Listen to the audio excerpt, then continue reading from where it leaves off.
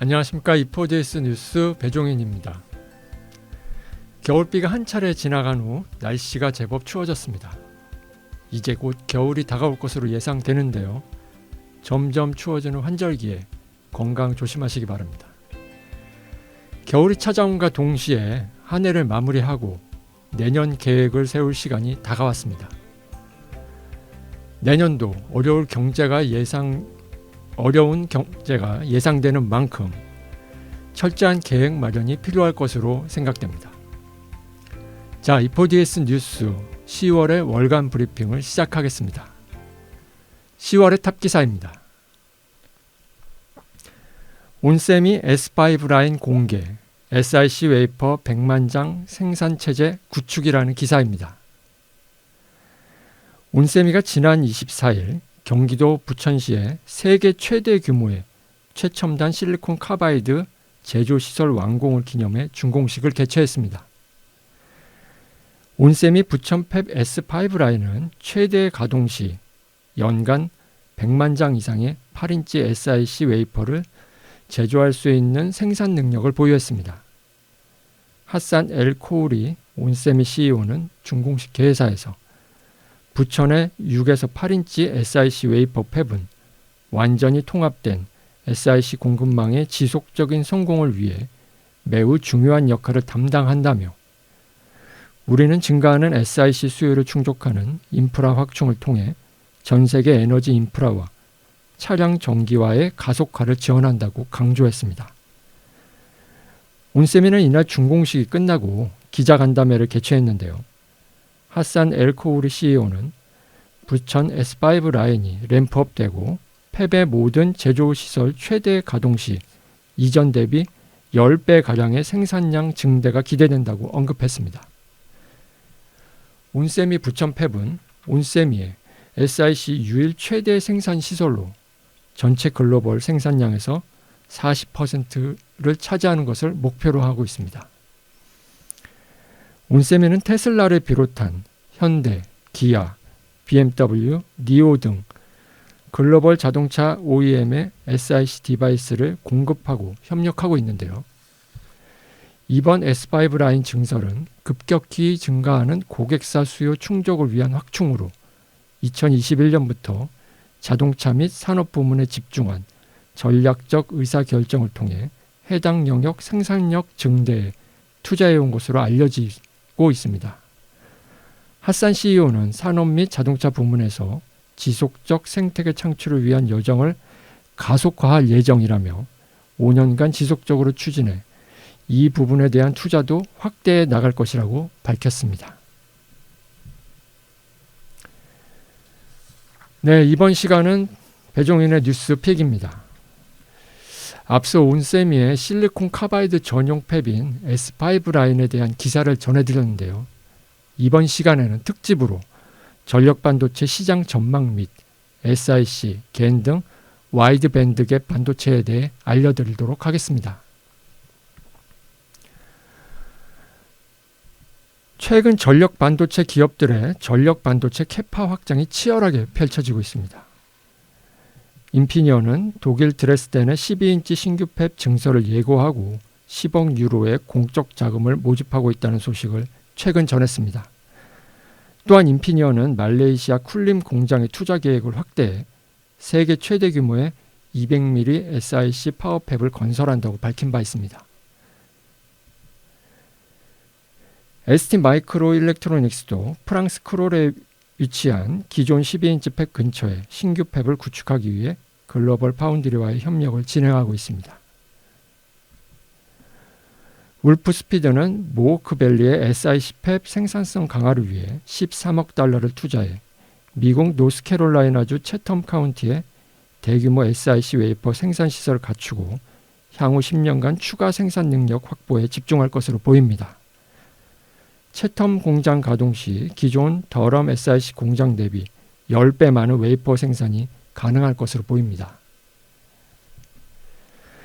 마이크로칩은 미국 콜로라도 스프링스 제조시설에 실리콘을 포함한 SiC 생산 능력을 확장하기 위해 8억 8천만 달러를 투자할 것으로 전해졌습니다. 텍사스 인스트루먼트도 차기 12인치 팹 부지가 미국 유타주 리아에로 결정되며 기존 12인치 L팹 옆에 신규 팹이 들어설 예정입니다. 이처럼 전력 반도체 업체들의 증설 경쟁은 향후 전력 반도체 시장이 크게 확장될 것으로 전망되기 때문입니다. 온세미에 따르면 전력 반도체 시장은 2022년 251억 달러 시장에서 2026년에는 371억 달러 시장으로 성장할 것으로 전망됐습니다. 특히 SiC 시장은 2022년 15억 3,400만 달러 시장에서 2026년 48억 9,600만 달러 시장으로 성장할 것으로 전망되고 있습니다. 전력 반도체 시장에서 가장 큰 매출을 차지하고 있는 업체는 인피니언인데요. 2021년 기준으로 47억 3,100만 달러를 기록했습니다. 이어 온세미가 23억 1,600만 달러, ST마이크로 일렉트로닉스가 15억 5,800만 달러 매출을 기록하며 뒤를 이어가고 있습니다.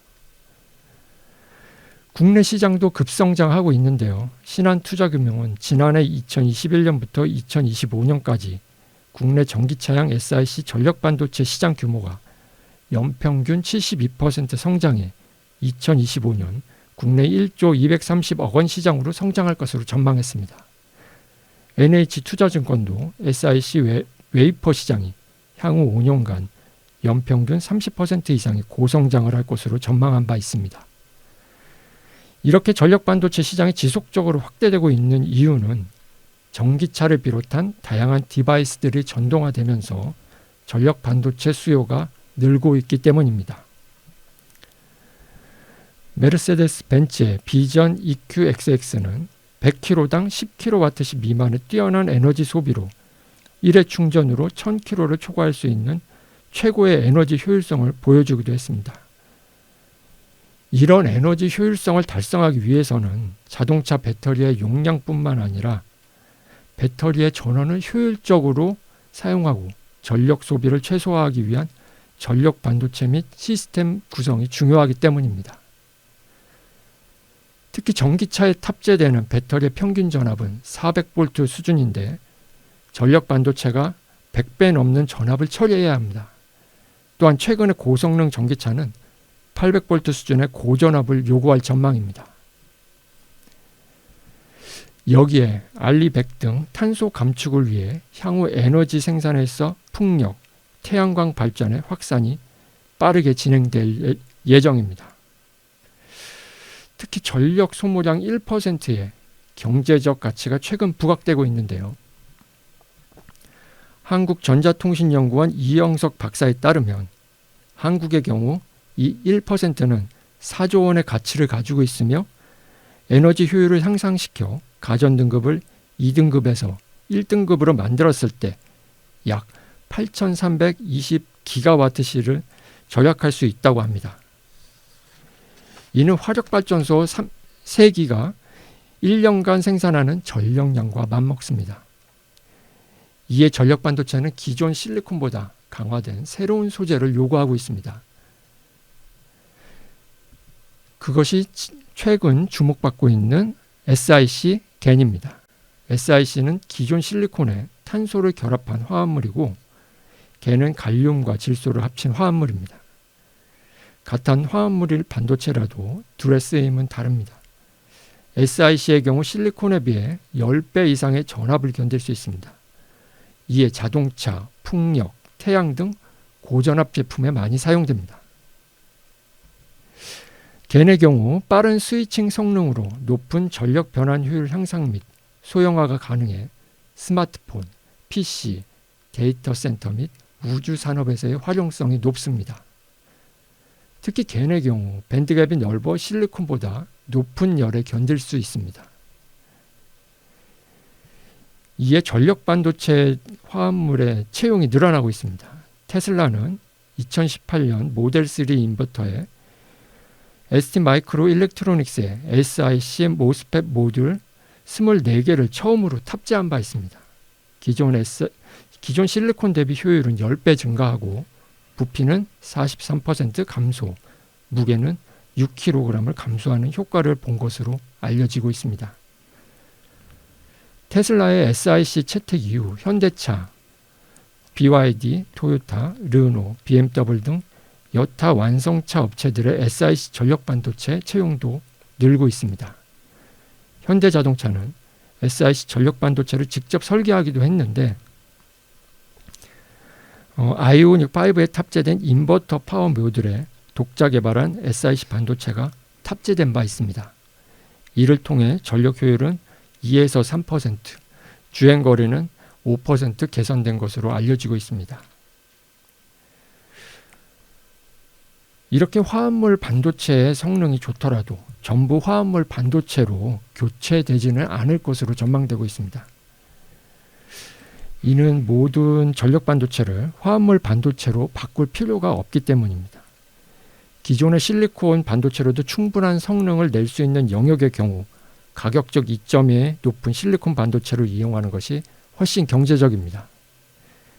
이에 시장 점유율은 변화가 있더라도 여전히 실리콘 기반의 전력 반도체가 높은 점유율을 차지할 것으로 보입니다. 이러한 변화 속에 국내 전력 반도체 육성을 위한 노력도 빠르게 진행되고 있습니다.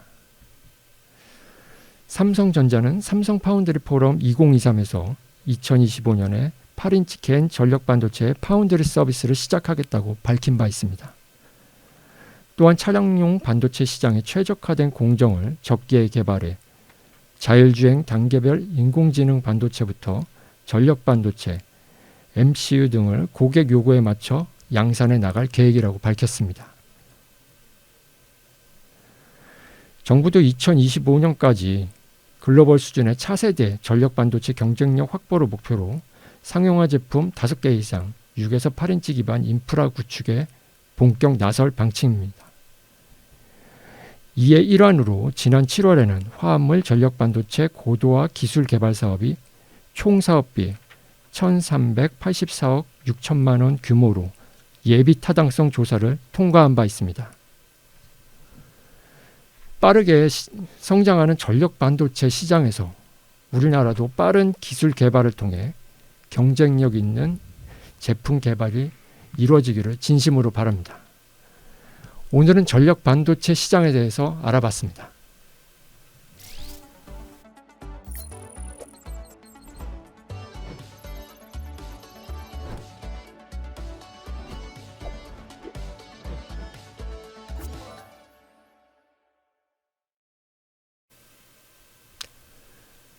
네, 이번 시간은 권신혁의 혁신 포커스입니다. 권 기자, 오늘은 어떤 내용을 준비하셨나요?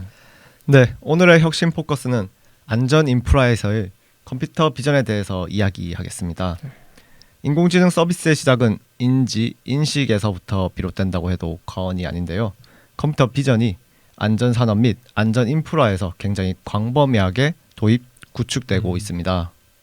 비전 AI가 탑재된 카메라 기반 안전 인프라는 센서를 대체할 만큼 강력한 퍼포먼스를 보이며 인적 리소스가 부족한 영역에서 채택이 활발해지고 있는 상황인데요. 이번 시간에는 안전산업에 도입된 비전 AI 활용과 개발사들의 이야기를 들어보겠습니다. 대형 화재나 산업재해 등 실제 사건 사고가 일어나 피해가 발생했을 때 이를 복구하는 것보다는 예방하는 것이 사회적, 경제적으로 비용 효율적입니다. 최근 재난안전 기술의 추세는 인적 리소스 및 휴먼 에러를 줄이면서 기존 인프라와의 호환, 융합성이 뛰어난 비전 AI가 활발히 채택되고 있습니다. 지난달 진행된 안전산업 박람회에서 다양한 재난안전 솔루션이 한데 모였는데요. 안전산업 업계는 이렇다 할 규제가 없다면 생산성과 관계가 없는 안전 인프라 투자의 니즈가 높지 않다고 말했습니다. 인터엑스는 중대재해방지법과 같은 규제 발생으로 인해 비전 AI와 같은 안전 솔루션이 혜택을 보게 된다고 말했습니다. 산업 안전 인프라에 쓰이는 지능형 CCTV 제품을 개발해 위험 지역 안전 확인, 부딪힘 사전 방지, 쓰러짐 감지, 끼임 방지 등의 인공지능 객체 감지, 행동인식 모니터링 솔루션을 제공하고 있었습니다. 요즘은 소프트웨어 기능 납품에서 끝나는 것이 아니라 키오스크, 모듈 등을 구성해 현장에서 손쉬운 설치와 구축이 가능한 하드웨어, 소프트웨어, 올인원 솔루션에 대한 니즈를 살펴볼 수 있었는데요. 또한 영세한 기업들은 안전 인프라 도입에 지출을 꺼리기 마련이지만 산업안전보건공단 지원 사업을 통해 소비자가를 낮출 수 있다면 중소기업에서의 도입이 비교적 수월해질 것으로 전해지고 있습니다. 네, 비전 AI가 적용되는 분야는 공공 인프라 안전을 위한 유지 보수 관리에서 채택이 활발하다고 들었습니다. 이쪽 사정은 어떻습니까? 네, 맞습니다. 교량, 댐, 터널 등 대형 인프라는 국가 필수 기반 시설로서 이것을 구축하고 유지 보수하는 데만 해도 하나의 산업 생태계를 형성하고 있습니다. 특히 터널의 유지 보수는 터널 내 균열을 지속적으로 관찰, 검사할 수 있어야 합니다. 이에 인적 자원을 투입한 검사는 휴먼 에러를 비롯한 교통 통제로 인한 교통 체증 문제, 고속도로 내 터널 검사 시 사고 위험성 증가 등의 문제를 안고 있는데요. 딥 인스펙션은 터널 딥 스캐너 제품을 개발해 트럭 내부에 설치된 광학 카메라가 터널 및 도로를 촬영하고 이 이미지 기반으로 AI가 균열 정도를 파악하도록 솔루션을 개발해 납품하고 있었습니다. 특히 미국과 EU 등에서 안전한 AI 도입을 위한 인공지능 설명 가능성을 필수 조건으로 내걸고 있습니다. 이에 딥 인스펙션의 솔루션도 설명 가능한 인공지능 개념을 도입해 결과값의 도출 과정을 텍스트로 표현할 수 있는 기능을 구현했다고 밝혔습니다. 네, 비전 AI가 국내의 만성적인 인적 리소스 부족 문제를 해결할 것으로 보시나요? 어떻습니까? 네, 일단 비전 AI가 안전 인프라에 적용된다면 대규모 인프라 관리뿐 아니라 인적 자원이 관리하기 어려운 사각지대, 광범위한 영역 모니터링과 유지 보수 등의 큰 장점이 있을 것으로 기대가 되고 있습니다. 최근 진행된 2023 AIoT 국제 전시회 현장에서 재난 안전 쇼케이스 등을 통해 다양한 안전 관련 AI 솔루션이 소개됐는데요. 특히 저전력 광대형 통신 기반 엣지 AI 솔루션이 눈길을 끌었습니다. 이와 관련한 현장 인터뷰 함께 보시겠습니다. 저희 재난안전 쇼케이스의 경우 AIoT 재난안전 분야 IoT 중소기업 총 8개를 소개하는 행사인데요. 저희 조선 제조 현장 안전관리, 인명구조 또는 건설물 재난안전관리 등 다양한 재난안전 서비스를 전시하고 있습니다. 지능형 위험감지, 특히 이제 산사태나 낙석 위험 지역 그런 데 설치해서 그 모니터링 할 수 있는 데이터 수집기고요. 이거는 지금 이 안에 안테나도 내장돼 있고 그 우리나라에 도입된 지 지금 3년 정도밖에 안 된 최신 저전력 이동통신 기술 기반의 이동통신 단말기입니다. 얘도 전기를 지금 최대한 아껴서 써야 되니까 다른 부분들은 평상시는 슬립 모드 잠자고 있고 충격 센서만 살아 있어요. 8시간에 한 번씩 기본적으로 사진하고 그냥 기울기가 센서를 서버에 보내고 그 8시간 사이사이에는 그렇게 해서 나 충격받았어, 진동 느꼈어 하면 사진 찍어서 보내고 센서값 보내고 서버에서 저렇게 이제 웹페이지 같은 서버에서 다 보실 수 있고, 산불 같은 경우는 우리가 그 시험 받는 게 있는데 얘가 실제 화재로 인한 그 결과인지 아니면은 잘못 판단한 건지 그런 이제 AI 시험 봤거든요. 그래서 그 연기 냄새를 맡아서 사진 찍어서 보내고 그런 AI 판독을 하고, 개선충, 산림 병해충도 소나무가 어느 순간 녹색이었는데 얘가 갈색으로 조금씩 변한다. 그럼 그 갈 변화를 판독을 해서 그거를 이제 거기부터 AI가 하는 거죠. 얘네들부터는 이제 진정한 AI가 적용이 되는 겁니다. 지금 개발 중에 있고요. 예. 그래서 올해 4분기에 실증 설치할 예정이고. 이제 주로 이제 현재 개발을 하고 있는 분야는 그 로라 기반의 이제 그 스틸샷 카메라입니다. 그래서 이 카메라 같은 경우는 640에 480 정도 되는 이미지를 수분에 걸쳐서 이제 저속의 이제 로라 네트워크를 통해서 전송을 하게 되고요. 주기적으로 이제 영상을 전송하는 것뿐만 아니고 여기 안에 이제 엣지 AI 기능이 탑재가 되어 있어서 어떤 이벤트가 발생했을 때만 전송을 하게 한다든가 하는 용도로 사용을 할 수 있습니다.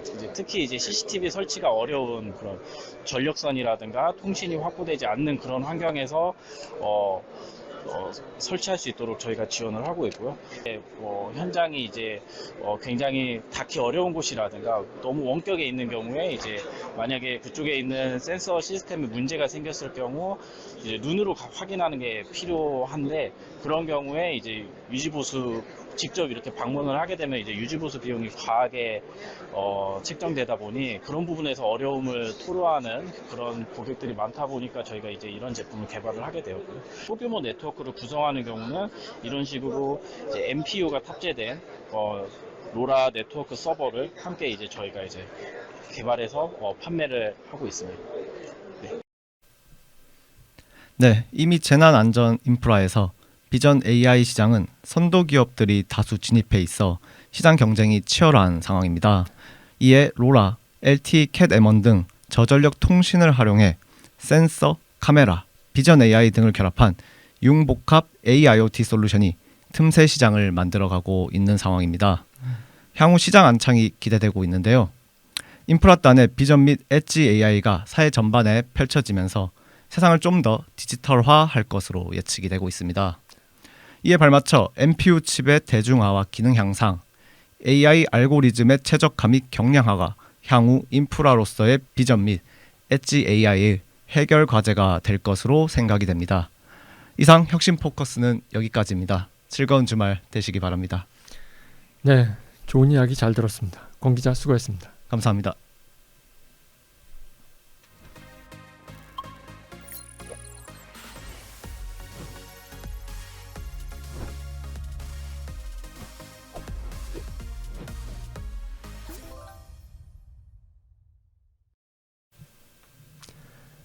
네, 이번 시간은 김혜지의 인사이트입니다.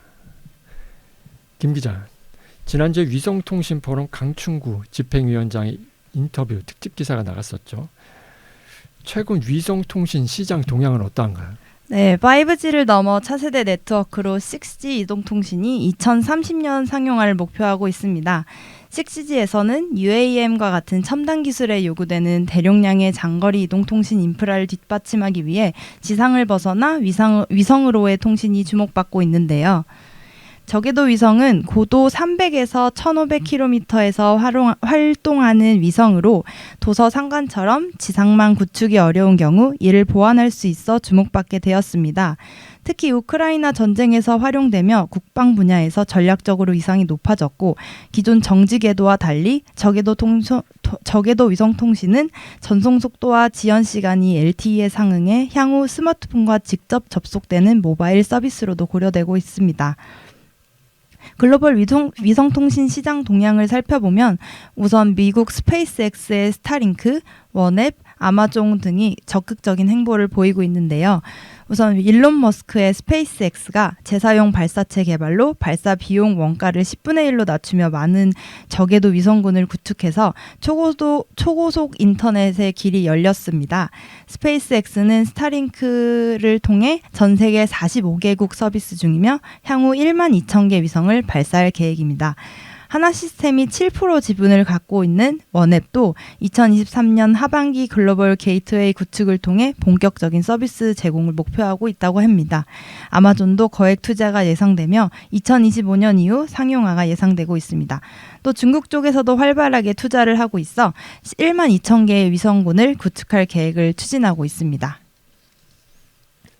네, 위성 통신이 활성화된다면 많은 기술들이 실현될 수 있을 것으로 기대되는데요. 우리나라의 위성 통신 개발은 생각보다 더딘 속도로 유지하고 있다고 들었습니다. 네, 말씀하신 대로 우리나라에서도 위성통신 개발에 대한 논의는 나오고 있지만 예타를 3년째 통과하지 못하는 등 실질적인 지원이 부족한 것으로 나타나고 있습니다. 위성통신포럼 강충구 집행위원장도 지난 국회 세미나와 기자와의 인터뷰를 통해서 글로벌 사업자들에게 이미 많은 기회가 있는 지금 시점에 국내 독자적인 저궤도 위성통신망을 구축하기 위해 우리나라만의 정부 주도의 위성통신 산업 전략이 매우 시급하다고 말씀했습니다. 국내 기업들의 기술 경쟁력과 우주 검증 이력을 키워야 한다고 주장했습니다. 망 구축을 위해서는 주파수와 궤도 확보를 통해 국제 등록이 선행되어야 합니다. 그런데 국내는 이런 성과가 하나도 없는 상황인데요. 그간 위성통신에 대한 투자가 저조해서 미국이나 일본 등 주요국이 ITU에 등록한 전 세계 위성망이 37%에 달하는 데 비해 우리나라는 1.4%만 차지한다고 합니다. 특히 우리나라는 우주 분야에 대한 투자는 증가 추세지만 위성통신 분야 투자는 저조한 상황입니다. 위성통신 시장이 2023년 523억 불에서 2030년 2162억 불까지 급속히 성장할 것으로 전망되는 가운데 저기도 위성통신 비중도 67%에 달할 것으로 전망됩니다. 지상망을 보완하고 6G 시대의 초고속 통신 구현에 대비하여 위성통신 분야에 대한 적극적인 투자가 필요해 보입니다. 네, 그렇다면 우리나라가 위성통신 시장에서 경쟁력을 가질 수 있을까요? 김 기자는 어떻게 생각하시나요? 네, 사실 방법은 다 알고 있다고 생각하는데요. 뭐 다들 전문가들이 주장하듯이 정부 주도의 적극적인 투자가 필요하겠죠. 이게 말로만 6G를 하는 게 아니고 예타 통과부터 먼저 해야 한다고 생각합니다. 그럼 우리나라는 이렇게 위성통신에 대해서 그런 스마트폰 시장에 대한 경쟁력을 확보하고 있어서 개인적으로는 확보한 그 기술을 기반으로 앞으로 기회가 많을 거라고 생각하는데요. 5G 최초 상용화, 그리고 장비 공급 능력, 스마트폰 제조 능력 등에서 기술력을 가지고 있어서 앞으로 지상망과 위성망이 통합되는 그런 기술을 개발할 수 있을 거라고 생각됩니다. 그리고 사실 국내에서 투자 비용이 많이 드는 독자망 구축에 대해서는 아직 컨센서스가 100% 이루어진 것은 아니긴 합니다. 하지만 6G 시대에 저궤도 위성망의 중요성을 고려했을 때 그런 글로벌 사업자에 종속되지 않으려면 독자망에 대한 R&D 투자가 급하다고 생각합니다.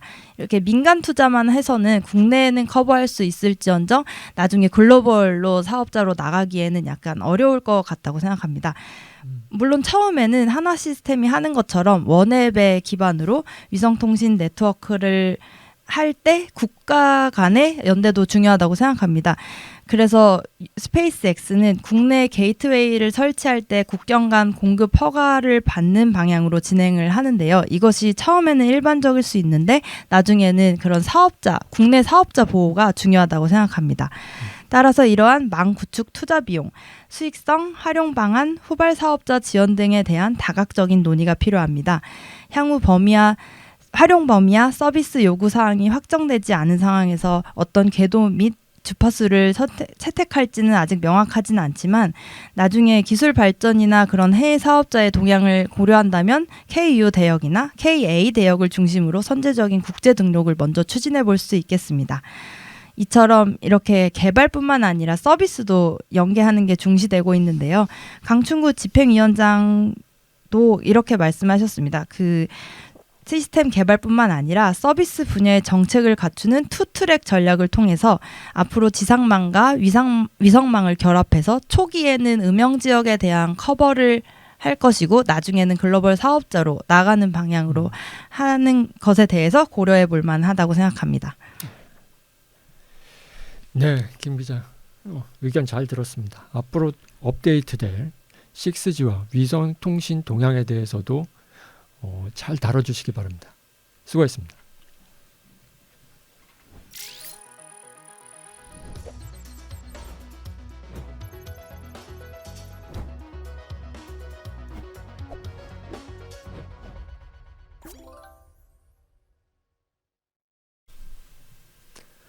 네, 이번 시간은 성유창의 그랑프리입니다. 11월 1일 개최되는 2023 E4DS 오토모티브 컨퍼런스에 앞서 행사의 주제인 ITS와 CITS에 대해 이야기해 볼 텐데요. 교통의 효율성과 안정성을 향상시키는 지능형 교통체계 ITS의 중요성과 자율주행의 한계 극복을 위한 도로 인프라 지원의 목적을 둔 차세대 기술은 CITS의 필요성이 대두되고 있습니다. 성 기자, 자세한 이야기 전해주시죠. 네, 이번 오토모티브 컨퍼런스의 주제를 ITS와 CITS로 정한 이유는 말씀해 주신 것들을 포함해서 또 연구개발도 활발하게 일어나고 있고 해결해야 할 문제도 남아있기 때문입니다. 컨퍼런스에서는 표준, 보안, 그리고 다양한 기술들의 동향을 살펴볼 건데요. 오늘은 이에 앞서서 ITS와 CITS를 훑어볼 예정입니다.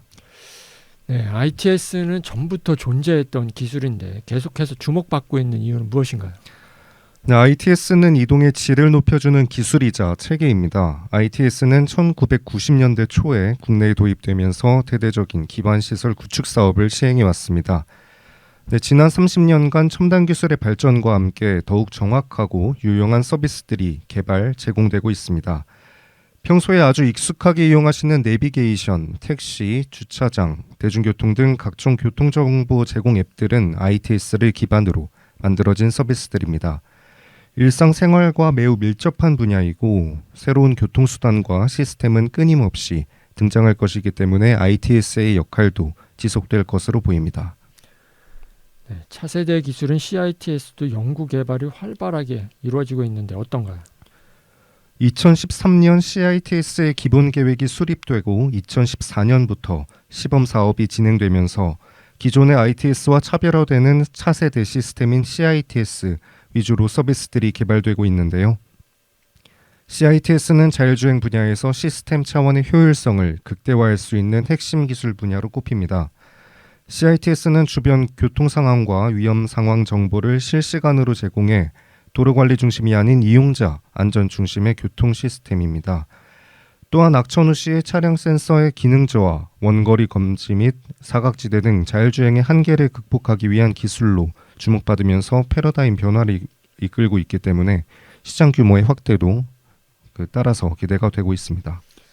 네, 국내 여러 지역에 ITS를 적극적으로 도입하고 활용하고 있는데 국내 상황은 어떤가요? 네, 말씀해 주신 것처럼 많은 지역들에서 ITS와 CITS를 적극적으로 도입하고 있는데요. 오늘은 안양시와 서울시의 현황을 한번 짚어보도록 하겠습니다. 네, 안양시의 지능형 교통체계의 공공서비스 역할 확대 발전 방안이 지난 5월 경기도가 개최한 시군 ITS 우수 사례 발표회에서 최우수 사례로 선정되기도 했습니다.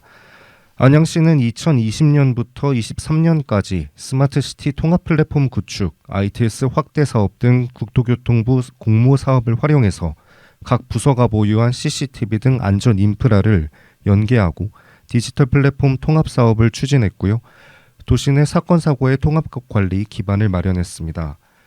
특히 AI 기술을 접목해서 ITS 운영 방식을 효율적으로 개선한 점, 설치 목적에 상관없이 CCTV 공동 대응으로 예산을 절감한 점 등이 ITS의 모범 사례로 꼽힙니다.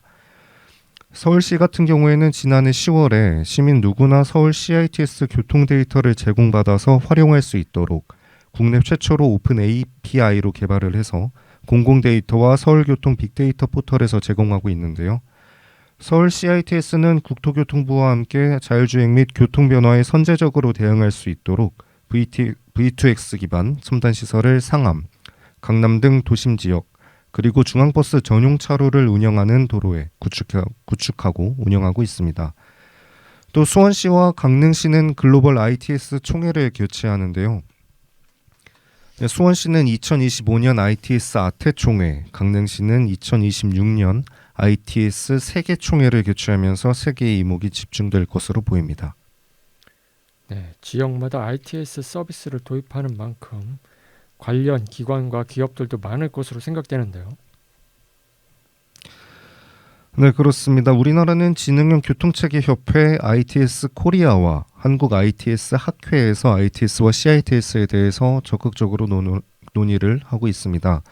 ITSK는 표준화, 기술 적합성 확인 등 다양한 업무를 수행하고 있고 현대차와 하나시스템 같은 기업들과 더불어 여러 도시들도 회원사로 참여하고 있습니다. 또 한국도로공사 같은 경우에는 2030년 비전인 안전하고 쾌적한 자율주행도로 환경 실현을 목표로 전국에 걸쳐 구축된 고속도로에 V2X 통신 인프라를 확대하고 있습니다. 2022년 4월부로 디지털 시범지사 운용을 시작하고 도로와 주변에 있는 모든 지형, 지물의 위치 및 시각 정보를 취득하고 이를 3차원으로 구현한 정밀도로 지도를 제작하는 등 다양한 자율주행 운행 시 무사고, 무정체 도로 서비스를 제공하기 위한 기반을 마련할 계획입니다. 네, 국내 플레이어 동향에 대해 살펴보면 대표적으로 비트센싱과 에티포스를 꼽을 수 있을 것 같은데요. 비트센싱은 센서가 없는 차량들도 데이터를 바탕으로 더 안전한 주행을 할 수 있도록 인프라용 레이더를 개발했고 대구광역시에서 이를 활용한 스마트 횡단보도 사업을 하면서 진정한 스마트 시티로의 발걸음을 내딛고 있습니다. 에티포스는 지난달에 5G V2X 플랫폼을 출하하면서 자율주행차와 인프라 그리고 다른 차량 간의 실시간 데이터 공유를 지원하고 도로의 안전과 효율을 향상시키겠다는 목표에 다가서고 있습니다. 네, 앞서 말한 기업들에 대한 여러 편의 기사가 나갔던 것 같은데요. 이 기업들을 만날 수 있는 컨퍼런스도 준비하고 있죠. 네, 말씀드렸듯이 ITS와 CITS는 미래 도로교통에서 정말 중요한 역할을 할 기술들입니다. 네, 이런 이유로 ITS의 역사와 미래, 표준화, 그리고 기술 등 다양한 주제로 독자분들을 만나려고 합니다. 11월 1일 강남역 부근의 한국 컨퍼런스 센터에서 개최를 하고요. E4DS 홈페이지에서 자세한 내용을 확인하실 수 있습니다. 네, 독자 여러분들 많은 참여 부탁드립니다. 네, R&D 예산 감축이 또 이슈가 되고 있는데 ITS 쪽은 어떤가요? 네, ITS 분야도 예산 삭감을 피할 수는 없었습니다. 박신영 서울시립대 교통공학과 교수이자 ITS 학회 기획이사는 최근 학회에서도 ITS의 사회적인 기여도가 큰 점을 부각하면서 예산 삭감을 좀 최소화하고 좀 피할 수 있도록 많은 노력을 해왔고 그랬으나 좀 이게 쉽게 해결되기는 어려워 보입니다. 네, 국가적으로 첨단 모빌리티가 국가 12대 전략기술 중 하나로 선정될 만큼 그 중요성을 인정받고 있는데요. 그 기술 기반을 담당하는 ITS 분야의 예산을 삭감하는 것은 정부의 과학기술 정책 기조와 맞지 않는 결정일 수도 있을 것 같습니다. 네, 그래서 결국은 장기적인 관점에서 지속적인 투자가 가능한 방법을 좀 모색해 볼 필요가 있는 것으로 보입니다. 네, 그리고 자율주행으로 조금 확장해서 살펴보면 그 경찰청에서 교통과가 다른 과로 편입이 됐습니다. 네, 자율주행 치안기술과 관련된 정책뿐만 아니라 다양한 분야에서 경찰청의 역할이 매우 중요한데요. 자율주행 차량 사고에 대한 부분, 그리고 자율주행 차량이 준법 운행을 하고 있는지 다양한 분야에서 경찰청이 개입되어야 할 많은 상황들이 벌어질 것으로 보입니다. 인력이나 다양한 부분에서도 제 역할을 할 수 있을지도 이번 그 교통과 편입을 편입 후에 벌어질 많은 상황들에 대해서 좀 걱정이 앞서는 부분이 있습니다. 네. 자율주행 상용화를 목표로 하고 있는데 예산이 삭감된다면 연구하시는 분들도 많이 힘드실 것으로 예상되네요. 이동의 질을 높여주는 기술이자 기술적 체계인 ITS가 앞으로도 활발히 연구될 수 있도록 그런 환경이 마련됐으면 하는 바람입니다. 성 기자 수고했습니다.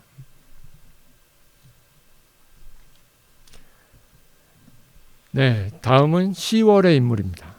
10월의 인물은 강충구 위성통신포럼 집행위원장입니다. 위성통신포럼은 저궤도 위성 기반의 6G 위성통신 분야의 R&D를 촉진하고 산업을 활성화하기 위한 정부와 산학연 협력 플랫폼입니다. 5G 포럼이 5G 표준화를 지원하고 평창 동계올림픽에서 첫 5G 서비스를 시연함으로써 세계 최초의 상업적 5G를 한국에 도입하는 데 큰 기여를 했던 것처럼 위성통신 포럼은 6G 시대의 위성통신 산업에서 이러한 역할을 하고 있습니다. 강충구 위원장에 따르면 6G 위성통신 시대를 위해 정부와 산업계가 끊임없이 대응책을 논의해왔고 우선적으로 연구개발을 통한 기술 확대와 생태계 조성을 위한 고민을 해왔으나 아직 예비 타당성조차 통과시키지 못하고 있다고 위기감이 고조되고 있다고 합니다. 특히 저궤도 위성통신 서비스장은 미국, 중국 등 몇 개의 해외 사업자들이 주도하게 될 것으로 보이고 우리나라를 포함한 대부분의 국가들은 이들 서비스에 종속될 가능성이 큰 것으로 전망되는데요. 또한 해외 사업자들의 상용 서비스가 개시된 시점에서 우리나라가 위성산업 전반에서 기술력 확보와 시장을 추격하는 것은 매우 힘겨운 상황이지만 우리나라의 경우 5G 장비 공급이 가능하고 무엇보다 휴대폰 제조에 독보적인 위치에 있는 만큼 저궤도 위성 관련 기술력을 확보한다면 지금의 위기는 언제든지 기회로 전환될 수 있을 것으로 생각됩니다. 현재 저궤도 위성 통신은 초고속 인터넷 구축이 어려운 산간 벽지 등에도 손쉽게 100Mbps급의 서비스를 지금 바로 제공할 수 있다는 특장점을 갖는데요. 특히 위성 통신망은 다양한 공간의 자율주행체에 대한 관제와 UAM 같은 3차원 공간의 모빌리티 환경에서 저지연의 연결성을 제공할 수 있는 유일한 대안으로 예상되고 있습니다. 이를 통해 장비, 플랫폼, 단말 등 새로운 생태계가 ICT 산업의 새로운 축으로 부상할 것으로 강충구 위원장은 내다봤습니다. 강충구 위원장은 위성통신 포럼의 역할과 관련해서는 국가의 전략적 측면에서 독자 위성망 구축은 반드시 고려돼야 하고 이를 통해 해외 서비스 시장 진출과 더불어 우리나라 주도의 산업 생태계로 국가 성장을 견인할 수 있으리라고 기대했습니다.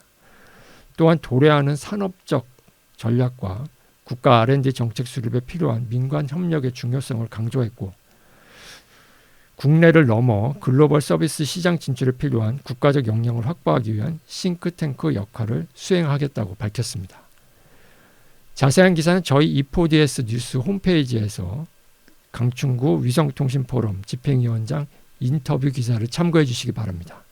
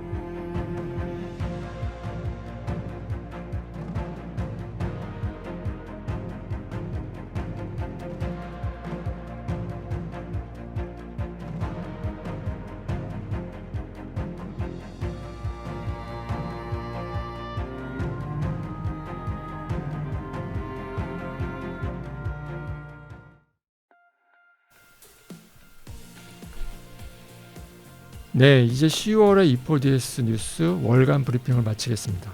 11월에는 더욱 알찬 내용으로 독자 여러분들을 찾아뵙겠습니다. 감사합니다.